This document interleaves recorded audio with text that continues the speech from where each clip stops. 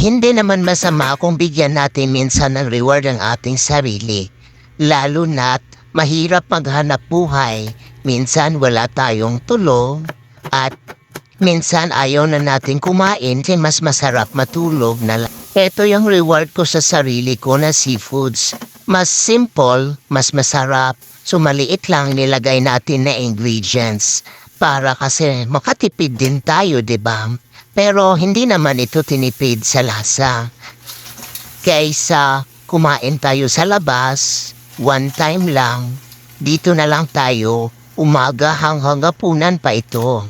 Isa ito sa aking mga comfort food. Pag kinakain ko ito, nare-restore agad yung katawan ko, nawawala yung pagod ko, tsaka ready na akong kumayod na naman kinabukasan.